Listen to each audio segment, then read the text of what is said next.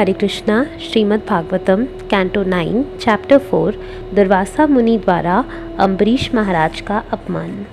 सुखदेव गोस्वामी ने कहा, नभग का पुत्र नाभाग बहुत काल तक अपने गुरु के पास रहा। अतएव उसके भाइयों ने सोचा कि अब वह गृहस्थ नहीं बनना चाहता और वापस नहीं आएगा। फलस्वरूप उन्होंने अपने पिता की संपत्ति में उसका हिस्सा न रखकर उसे आपस में बांट लिया। जब नाभाग अपने गुरु के स्थान से वापस आया तो उन्होंने उसके हिस्से के रूप में उसे अपने पिता को दे दिया। नाभाग ने पूछा, मेरे भाइयों, आप लोगों ने पिता की संपत्ति में से मेरे हिस्से में मुझे क्या दिया है? उसके भाई बोले, हमने तुम्हारे हिस्से में पिताजी को रख छोड़ा है। तब नाभाग अपने पिता के पास गया और बोला, हे पिताजी, मेरे भाइयों ने मेरे हिस्से में आपको दिया है। इस पर पिता ने उत्तर दिया, मेरे बेटे, तुम इनके ठगने वाले शब्दों पर भरोसा मत करो। मैं तुम्हारी संपत्ति नहीं हूँ। नाभाग के पिता ने कहा, अंगिरा के वंशज इस समय एक महान यज्ञ संपन्न करने जा रहे हैं। यद्यपि वे अत्यंत बुद्धिमान हैं, किंतु वे हर छठे दिन यज्ञ करते हुए मोहग्रस्त होंगे और अपने नैतिक कर्मों में त्रुटि करेंगे। नाभाग के पिता ने आगे कहा, उन महात्माओं के पास जाओ और उन्हें वैश्वदेव संबंधी 2 वैदिक मंत्र सुनाओ। जब वे महात्मा यज्ञ समाप्त करके स्वर्गलोक को जा रहे होंगे तो वे यज्ञ में प्राप्त विशेष दक्षिणा तुम्हें दे देंगे। अतएव तुम तुरंत जाओ। इस तरह नाभाग ने वैसा ही किया जैसा उसके पिता ने सलाह दी थी और अंगिरा वंश के सारे मुनियों ने उसे अपना सारा धन दे दिया और फिर वे स्वर्गलोक को चले गए। जब नाभाग सारा धन ले रहा था तो उत्तर दिशा से एक काला कलूटा व्यक्ति उसके पास आया और बोला, इस यज्ञशाला की सारी संपदा मेरी है। तब नाभाग ने कहा, यह धन मेरा है, इसे ऋषियों ने मुझे प्रदान किया है। जब नाभाग ने यह कहा तो उस काले कलूटे ने उत्तर दिया, चलो तुम्हारे पिता के पास चलें और उनसे इसका निपटारा करने के लिए कहें। तदनुसार नाभाग ने अपने पिता से पूछा।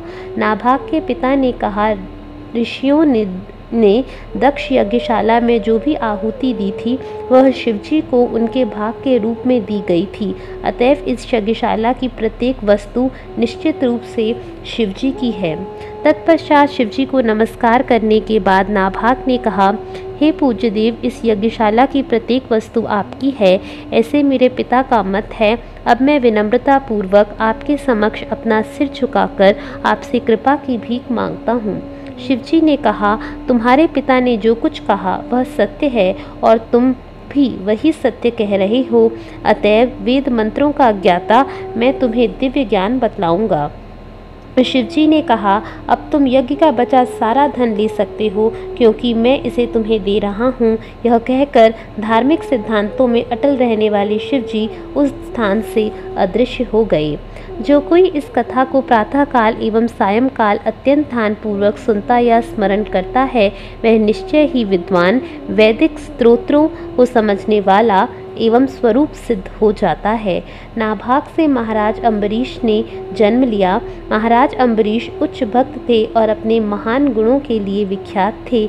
यद्यपि उन्हें एक अच्युत ब्राह्मण ने शाप दिया था, किंतु वह शाप उनका स्पर्श भी न कर पाया। राजा परीक्षित ने पूछा, हे महानुभाव, महाराज अम्बरीश निश्चय ही अत्यंत उच्चस्थ एवं सचरित्र थे। मैं उनके विषय में सुनना चाहता हूँ। यह कितना आश्चर्यजनक है कि एक ब्राह्मण का दुर्लभ शाप उन पर अपना कोई प्रभाव नहीं दिखला सका। सुखदेव गोस्वामी ने कहा, अत्यंत भाग्यवान महाराज अम्बरीश ने 7 द्वीपों वाले संपूर्ण विश्व पर शासन किया और पृथ्वी पर अक्षय असीम ऐश्वर्य तथा संपन्नता प्राप्त की। यद्यपि ऐसा पद विरले को ही मिलता है, किंतु महाराज अम्बरीश ने इसकी तनिक भी परवाह नहीं की, क्योंकि उन्हें पता था कि ऐसा सारा ऐश्वर्य भौतिक है, ऐसा ऐश्वर्य स्वप्न तुल्य है और अंततोगत्वा विनष्ट हो जाएगा। राजा जानता था कि कोई भी अभक्त ऐसा ऐश्वर्य प्राप्त करके प्रकृति के तमोगुण में अत्यधिक डूबता जाता है। महाराज अम्बरीश भगवान वासुदेव के साथ भगवत भक्त संत पुरुषों के महान भक्त थे। इस भक्ति के कारण वे सारे विश्व को एक पत्थर के टुकड़े के समान नगण्य मानते थे।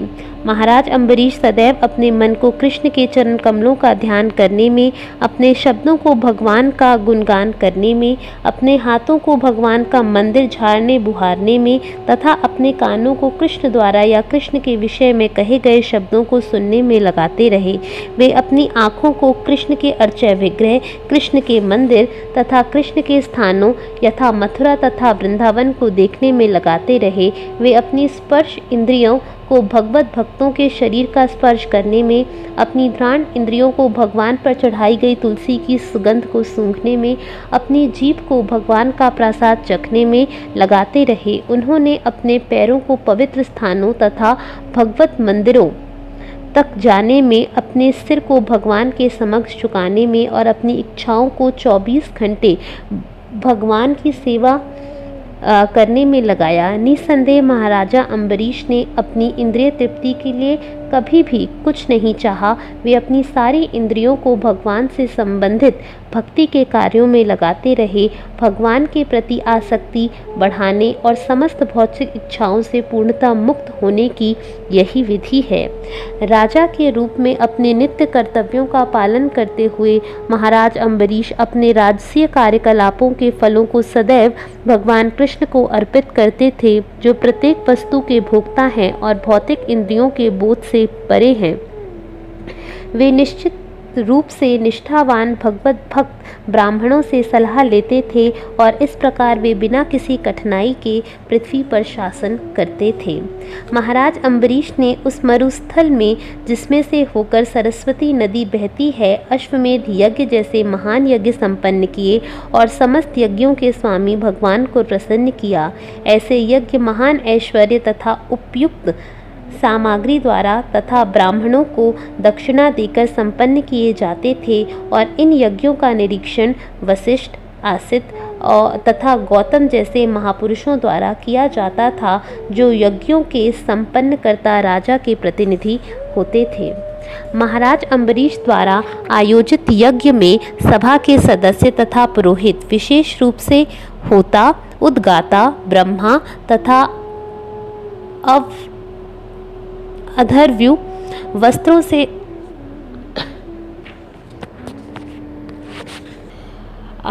से बहुत अच्छी तरह से सज्जित थे और वे सब देवताओं की तरह लग रहे थे। उन्होंने उत्सुकता पूर्वक यज्ञ को समुचित रूप से संपन्न कराया। महाराज अम्बरीश की प्रजा भगवान के महिमामय कार्यकलापों के विषय में कीर्तन एवं श्रवण करने की आदी थी। इस प्रकार वह कभी भी देवताओं के अत्यधिक प्रिय स्वर्गलोक में जाने की इच्छा नहीं करती थी। जो लोग भगवान की सेवा करने के दिव्य सुख से परिपूर्ण हैं, वे महान योगियों की उपलब्धियों में भी कोई रुचि नहीं रखते, क्योंकि ऐसी उपलब्धियां उस भक्त के द्वारा अनुभव किए गए दिव्य आनंद को वर्धित नहीं करती, जो अपने हृदय के भीतर सदैव कृष्ण का चिंतन करता रहता है। इस लोक के राजा महाराज अम्बरीश ने इस तरह भगवान की भक्ति की और इस प्रयास में उन्होंने कठिन तपस्या की। उन्होंने अपने वैधानिक कार्यकलापों से भगवान को सदैव प्रसन्न करते हुए धीरे धीरे सारी भौतिक इच्छाओं का परित्याग कर दिया। महाराजा अम्बरीश ने घरेलू कार्यों, पत्नियों, संतानों, मित्रों तथा संबंधियों, श्रेष्ठ शक्तिशाली हाथियों, सुंदर रथों, गाड़ियों, घोड़ों, अक्षय रत्नों, गहनों, वस्त्रों तथा अक्षय कोष के प्रति सारी आसक्ति छोड़ दी। उन्होंने इन वस्तुओं को नश्वर और भौतिक मानकर इनकी आसक्ति छोड़ दी। महाराजा अम्बरीश की अनन्य भक्ति से अतएव प्रसन्न होकर पूर्ण पुरुषोत्तम भगवान ने राजा को अपना चक्र प्रदान किया, जो शत्रुओं के लिए भयावह है और जो शत्रुओं तथा विपत्तियों से भक्तों की सदैव रक्षा करता है। महाराज अम्बरीश ने अपने ही समान सुयोग्य अपनी रानी के साथ भगवान कृष्ण की पूजा करने के लिए 1 वर्ष तक एकादशी तथा द्वादशी का व्रत रखा।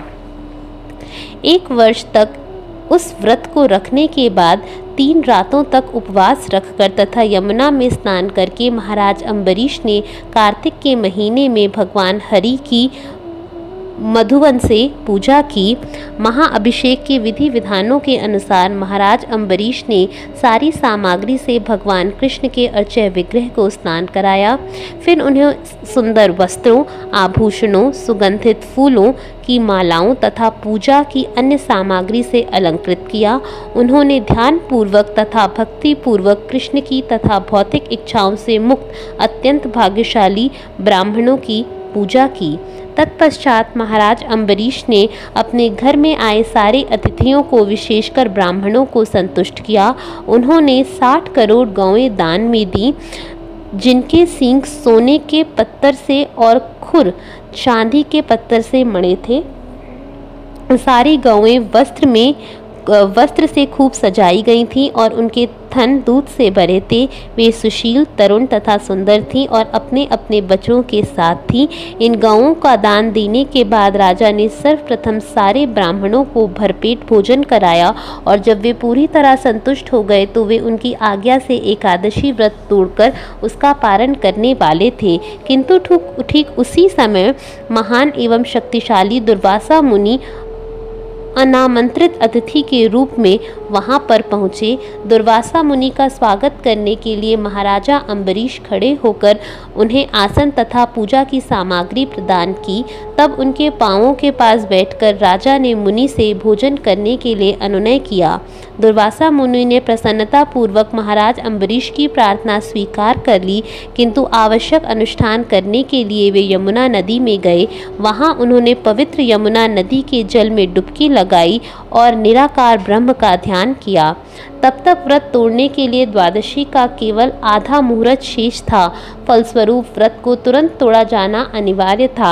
ऐसी विकट परिस्थिति में राजा ने विद्वान ब्राह्मणों से परामर्श किया। राजा ने कहा, ब्राह्मणों के प्रति सत्कार के नियमों का उल्लंघन करना निश्चय ही महान अपराध है। दूसरी ओर यदि कोई द्वादशी की तिथि में अपने व्रत को नहीं तोड़ता तो व्रत के पालन में दोष आता है। अतएव हे ब्राह्मणों, यदि आप लोग यह सोचें कि यह शुभ है तथा अधर्म नहीं है तो मैं जल पीकर व्रत तोड़ दूं। इस प्रकार ब्राह्मणों से परामर्श करने के बाद राजा इस निर्णय पर पहुंचा कि ब्राह्मणों के मतानुसार जल पी लेना भोजन करने की तरह माना भी जा सकता है और नहीं भी। हे कुरुश्रेष्ठ, थोड़ा सा जल पीकर राजा अम्बरीश ने अपने मन में भगवान का ध्यान किया और वे फिर महान योगी दुर्वासा मुनि के वापस आने की प्रतीक्षा करने लगे। दोपहर के समय संपन्न होने वाले अनुष्ठानों को संपन्न कर लेने के बाद दुर्वासा मुनि यमुना के तट से वापस आए। राजा ने अच्छी प्रकार से उनका स्वागत किया, किंतु दुर्वासा मुनि ने अपने योग बल से जान लिया कि राजा ने उनकी अनुमति के बिना जल पी लिया है। भूखे कांपते शरीर, टेढ़े मुंह तथा क्रोध से टेढ़ी भौवें किए दुर्वासा मुनि ने अपने समक्ष हाथ जोड़े खड़े राजा अम्बरीश से क्रोध पूर्वक इस प्रकार कहा, ओह, जरा इस निर्दय व्यक्ति का आचरण तो देखो। यह भगवान विष्णु का भक्त नहीं है। यह अपने ऐश्वर्य एवं पद के गर्व के कारण अपने आप को ईश्वर समझ रहा है। देखो ना, इसने धर्म के नियमों का उल्लंघन किया है। महाराज अम्बरीश, तुमने मुझे अतिथि के रूप में भोजन के लिए बुलाया, लेकिन मुझे ना खिलाकर तुमने स्वयं पहले खा लिया। तुम्हारे इस दुर्व्यवहार के कारण मैं तुमको इसका मज़ा चखाऊंगा। जब दुर्वासा मुनि ने ऐसा कहा तो क्रोध में उनका मुख लाल पड़ गया। उन्होंने अपने सिर की जटा से एक बाल उखाड़कर महाराज अम्बरीश को दंड देने के लिए यह कृत्या उत्पन्न कर दी, जो प्रलयाग्नि के समान प्रज्वलित हो रही थी। वह ज्वालजमान कृत्या अपने हाथ में त्रिशूल लेकर तथा अपने पदचाप से धरती को कांपती हुई महाराज अम्बरीश के सामने आई, किंतु उसे देखकर राजा तनिक भी विचलित नहीं हुआ और अपने स्थान से रंच मात्र भी नहीं हटा। जिस प्रकार दावाग्नि किसी क्रुद्ध सर्प को तुरंत जला देती है, उसी प्रकार पहले से आदिष्ट भगवान के सुदर्शन चक्र ने भगवत भक्त की रक्षा करने के लिए सृजित कृत्या को जलाकर क्षार कर दिया। जब दुर्वासा मुनि ने देखा कि उनकी निजी प्रयास विफल हो गया है और सुदर्शन चक्र उनकी ओर बढ़ रहा है, तो वो अत्यधिक भयभीत हो उठे और अपनी जान बचाने के लिए सारी दिशाओं में दौड़ने लगे। जिस प्रकार दावाग्नि की लपटें सांप का पीछा करती हैं, उसी तरह भगवान का चक्र दुर्वासा मुनि का पीछा करने लगा। दुर्वासा मुनि ने देखा कि यह चक्र उनकी पीठ को छूने वाला है, अतः वे तेजी से दौड़कर सुमेरु पर्वत की गुफा में घुस जाना चाह रहे थे। अपनी रक्षा करने के लिए दुर्वासा मुनि सर्वत्र भागते रहे। वे आकाश, पृथ्वी तल, गुफाओं, समुद्र, तीनों लोकों के शासकों के विभिन्न लोकों तथा स्वर्ग लोकों में भी गए, किंतु जहाँ जहाँ गए वहीं उन्होंने सुदर्शन चक्र की असह्य अग्नि को अपना पीछा करते देखा।